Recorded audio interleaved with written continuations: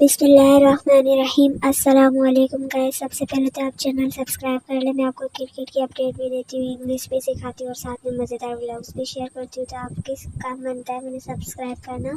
तो आज की 30 short sentences for daily use with Urdu translation. आवाज़ में थोड़ा मसला हो रहा है, तबीयत सही नहीं है तो एडजस्ट कर लीजिएगा। गेट लॉस्ट, दफ़ा हो जाओ। गेट लॉस्ट, दफ़ा हो जाओ।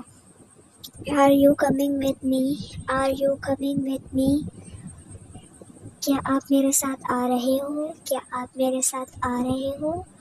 As soon as possible, जितना जल्दी हो सके। As soon as possible, जितना जल्दी हो सके। तो आप प्रैक्टिस करेंगे तो आपको आसानी होगी।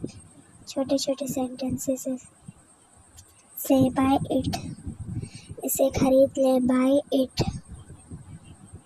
I am not interested. I am not